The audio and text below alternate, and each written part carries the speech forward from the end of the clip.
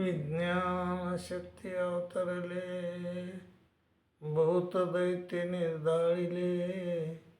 विश्वरूप प्रगटुने अर्जुन देवा बोधिले.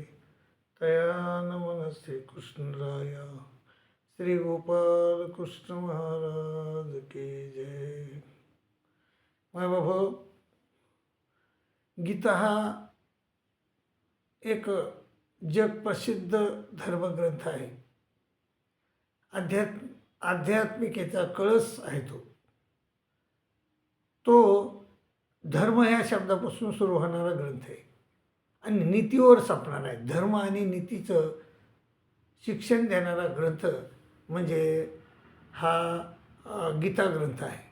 आणि हा नुसता हिंदूचाच ग्रंथ नाही. तो श्रीकृष्ण महाराजांनं नुसत्या हिंदू लोकांनाच ज्ञान दिलं असं नाही. हे ज्ञान अर्जुनाला समोर करून अखिल मानवजातीसाठी दिलेलं ज्ञान आहे. आपण नंतर आपण आपल्यात फाटी पाडून घेतली. कोणी बौद्ध झाला, कोणी हिंदू झाला, कोणी ख्रिश्चन झाला, तर कोणी मुस्लिम झाला. असे आपण आपले धुरे पाडून घेतले. ते धुरे देवाला मान्य नाही. ते जे शिव आहे, ते मर्यादा आहे, ती मर्यादाच्या पलीकडे आहे परमेश्वर. शुद्ध तो, बुद्ध तो, नित्यमुक्त तो अच्युत तो, असा परमेश्वर आहे. आणि त्याला ही धर्माची याची चौकट मान्य नाही. त्यामुळं ही तशा परमेश्वरानं सांगितलेले शास्त्र म्हणजे गीताशास्त्र आहे. आणि ते शास्त्र आपल्याला अवगत व्हावं असं वाटलं पाहिजे.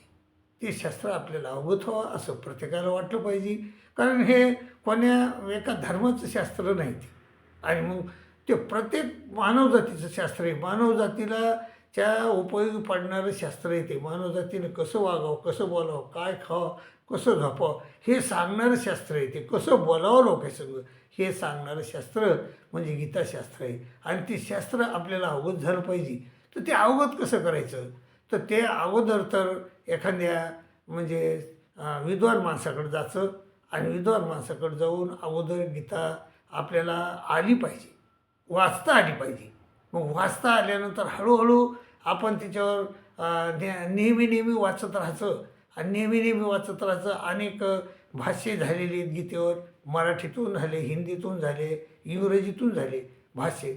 ज्याला जी भाषा होत असेल ती भाषेतून त्यानं ते भाष्य बघायचं. आणि भाष्य बघितल्यानंतर ते शब्द बघायचे, तर शब्दाचा अर्थ. आणि विशेष म्हणजे ह्यामध्ये किती पात्र आहेत बाबा, तर याच्यामध्ये 4 पात्र आहेत. एक श्रीकृष्ण महाराज, अर्जुन हे 2 पात्र, आणि धृतराष्ट्र आणि संजय असे 4 पात्र आहेत. तर संजयाला धृतराष्ट्र प्रश्न विचारतो आणि श्रीकृष्ण महाराजाला अर्जुन प्रश्न विचारतो.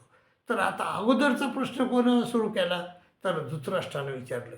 काय म्हणला धृतराष्ट्र, तो म्हणे की धर्मक्षेत्रे कुरुक्षेत्रे समवेता युत्सवा मामका पांडवा चैव किमो कुर्वत संजय. तो म्हणलं की बाबा माझे आणि पंडूचे मुलं रणांगणावर आहेत. आता त्यांनी एकमेकाविरुद्ध लढण्याची चंग बांधलेली आहे आणि ते लढत आहेत राज्यासाठी. आणि मग त्या युद्धाकरता एकत्र झालेले माझे आणि पांडूचे पुत्र आता तिथं काय करत आहेत हे मला सांग, असं. कारण तो अंध होता तो. आणि हा धृतराष्ट्र त्याला दूरचं दिसत होतं, लांबचं दिसत होतं. ती तशी शक्ती त्याला दिलेली होती.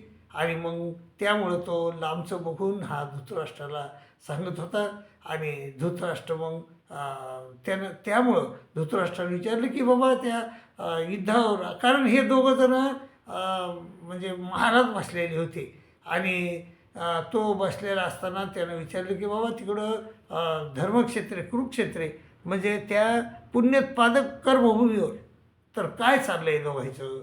तर मग हा जो कोण हे हा जो संजय, हा संजय धृतराष्ट्राला सांगतो, हे राजेन, म्हणजे तो म्हणतो दुष्ट हो तू पांडवनिकम युडम दुर्योधनस्तदा आचार्य मप्रसंग मे राजा वचन मोबर.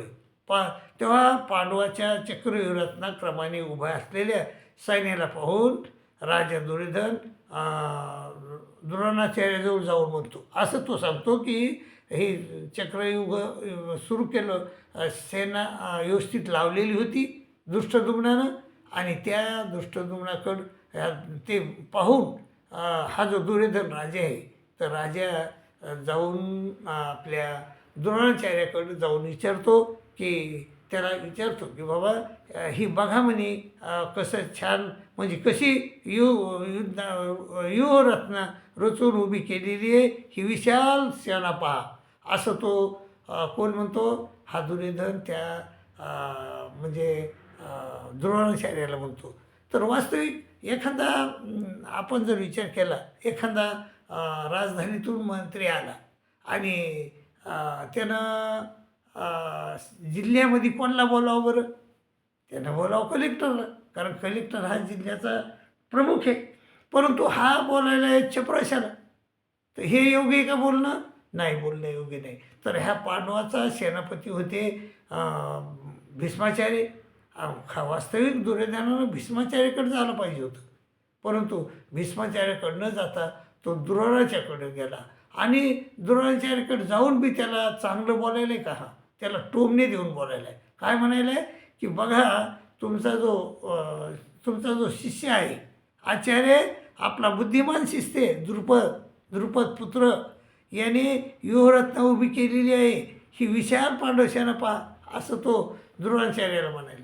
का बरं? त्यालाच कारण त्याला टोमणा द्यायचा आहे की तो जो द्रुपद आहे, तो द्रुपद तुमचा शत्रू आहे. तो वास्तविक द्रुपद राजा आणि द्रोणाचार्य हे मित्र आहेत एकमेकाचे. एकाच ठिकाणी एकाच गुरुकडं गुरुबंधू बी आहेत ते, आणि एकाच ठिकाणी ते शिकले. त्यांनी धनुर्विद्येचं शिक्षण घेतलं, आणि लहानपणी ते एकमेकाला म्हणायचे की बाबा तुम्ही मी तर ब्राह्मण आहे, पण तू राजा आहेस, तू राजा होशील.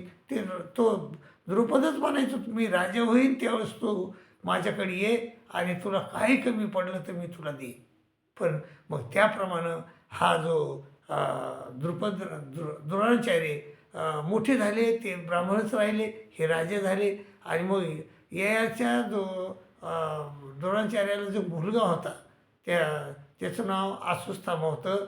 त्याला दूध प्यायला काहीच नव्हतं ना, गाय नव्हती, म्हैस नव्हती. आणि मग त्याच्या पत्नीनं त्याला विनंती केली की बाबा तुमचा मित्र राजा आहे, राजाला जाऊन मागा नाही एक गाय.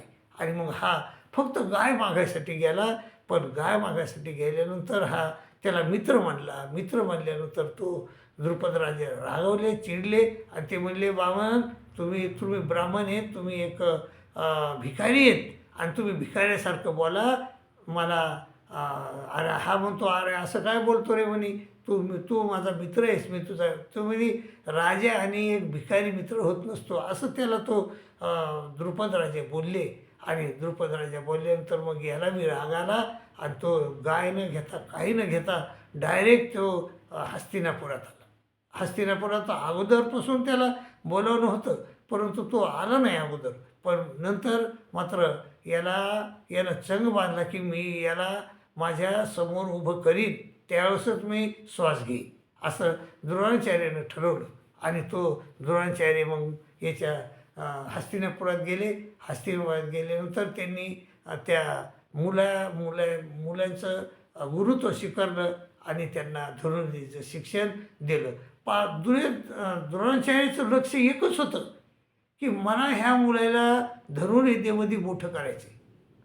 एकच लक्ष होतं की मला ह्या मुलाला धनुर्विद्येमध्ये मोठं करायचं आहे, आणि धनुर्विद्येमध्ये मोठं करून यायला म्हणजे द्रुपद राजावर स्वारी करायला धाडायचं आहे, आणि द्रुपद राजाला धरून आणायचं आहे, आणि माझ्या पुढं उभं करायचं आहे. आणि त्यानं जशी माझी अपमान केला, तर तसा मी त्याचा अपमान करेन. हा मुख्य हेतू द्रोणाचार्याचा होता. त्या मुलाला संस्कारित बनविणं हा त्यांचा हेतू नव्हता.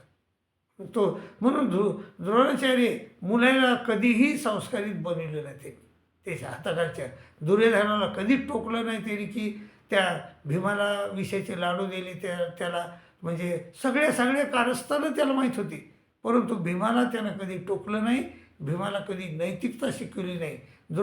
त्याचा जो मुलगा होता अश्वत्थामा देखील ह्या शकुनीच्या नादाला लागून बिघडत होता आणि ह्या दुर्योधनाच्या नादाला लागून बिघडत होता. परंतु द्रोणाचार्यानं कधीही त्याला म्हणजे नैतिकतेचे धडे दिले नाही. मग हे नैतिकतेचे धडे न दिल्यामुळं त्या द्रोणाचार्यावर शेवटी असा प्रसंग आला की त्या स्वतःच्या शिष्यानंच त्याची मान कापून टाकली. द्रोणाचार्याची मान दृष्टद्युम्नानं कापून टाकली. दृष्टद्युम्न हा त्याचा शिष्य होता. मग शिष्यानंच गुरुची मान कापून टाकावी याच्या पलीकडे कोणचा अपमान हे. मग हे काय घडलं असं? कारण त्या दृष्टद्युम्नावर त्यानं संस्कार केले नाही. संस्कार केले असते तर दृष्टद्युम्नाचा हात म्हणजे उचलला नसता द्रोणाचार्याची मुंडकी कापायला. परंतु ते संस्कार केले नाही. त्या दुर्योधनावर संस्कार केले नाही आणि कोणीही कौरवावर आणि कौरवानं जे काय कारस्थाने केले ते त्या कारस्थानी आहे. गुरु म्हणून ते कारस्थानं तो रोखू शकला असता, पण त्यानं तसं केलं नाही. कोणतीही गोष्ट रोखली नाही.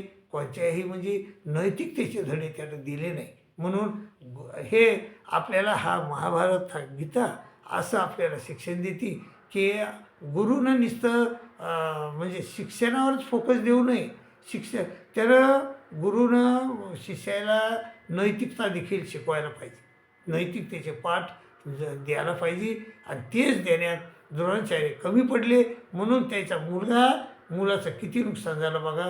मुलानं किती वाईट कामं केली आणि हे वाईट कामं मुलगा करू शकला नसता.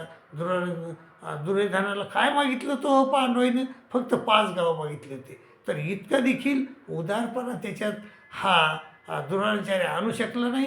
त्याच्या उलट द्रोणाचार्याच्या उलट जे शकुनी होता, तर शकुनीनं ते आपल्या कार्यात खरा ठरला. शकुनी त्याला हे पांडवायला त्याला बिघडवायचेच होते, पण पांडवायला तो बिघडू शकला नाही.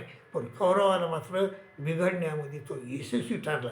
आणि जो माणूस जो शकुनीला वास्तविक त्यानं धृतराष्ट्रानं त्याला ह्या आपल्या राज्यात ठेवायला न पाहिजे होतं. तो तिकडचा दुसरीकडचा गांधार देशाचा राज्य होता. त्यानं गांधारात जायला पाहिजे होतं, पण त्याला इथं ठेवलं. म्हणजे सापाचं पिल्लू आपल्या घरात ठेवलं. ही मोठी चूक धृतराष्ट्राची झाली आणि ती चूक त्याला शेवटी मरणाच्या खाईत घेऊन गेली मायबापू. म्हणून आपल्याला ही जी गीता शिकायची तर काय म्हणतो प्रथम धृतराष्ट्र म्हणजे काय विचारतो संजयाला आणि संजय काय उत्तर देतो शेवटपर्यंत. अगोदर ह्या 2च गोष्टीवर फोकस द्यायचं. पहिला की ते धृतराष्ट्र संजयाला काय म्हणाला आणि धृतराष्ट्र संजयानं तिथं राजवाड्यात बसलेल्या महाराज बसलेल्या धृतराष्ट्राला काय सांगितलं. हे जर तुम्हाला समजलं तर तुम्हाला गीतेचा अर्धा म्हणजे 1/4 म्हणजे चतुर्थांश पार्ट समजला. आणि त्याच्यानंतर आपल्याला विचार करायचा आहे की श्रीकृष्ण महाराजाला अर्जुनानं काय प्रश्न विचारले आणि श्रीकृष्ण महाराजानं त्याला काय उत्तर दिले. मायबापू, हे जर तुम्हाला तुमच्या हृदगामी झालं, तुम्ही जर एवढं करू शकलात तर तुम्हाला गीतेचं ज्ञानी होण्यापासून कोणीही रोखू शकत नाही. म्हणून मी सांगतो एवढं काम करा. अगोदर गीता कशी वाचायची हे बघून घ्या, समजून घ्या कोणाकडून तरी आणि गीता वाचत राहा. गीता हा आपला आत्मा झाला पाहिजे आणि मग गीता वाचत राहा आणि नंतर मग एकदा तुमचं गीतेवर वर्चस्व झालं, ताबा झाला की मग बघा की किती पात्र आहेत, 4 पात्र आहेत. मग संजयानं धृतराष्ट्रानं काय विचारलं, संजयानं काय उत्तर दिले आणि श्रीकृष्ण महाराजाला अर्जुनानं काय विचारलं आणि श्रीकृष्ण महाराजानं त्याला काय उत्तर दिले. एवढं जर तुम्ही पाहून घेतलं तर गीता फार काही मोठं काही म्हणजे असा मोठा काही गोष्ट नाही. तुम्हाला येऊ शकते. अनेक लोकांना आले, तुम्हाला काय येणार नाही.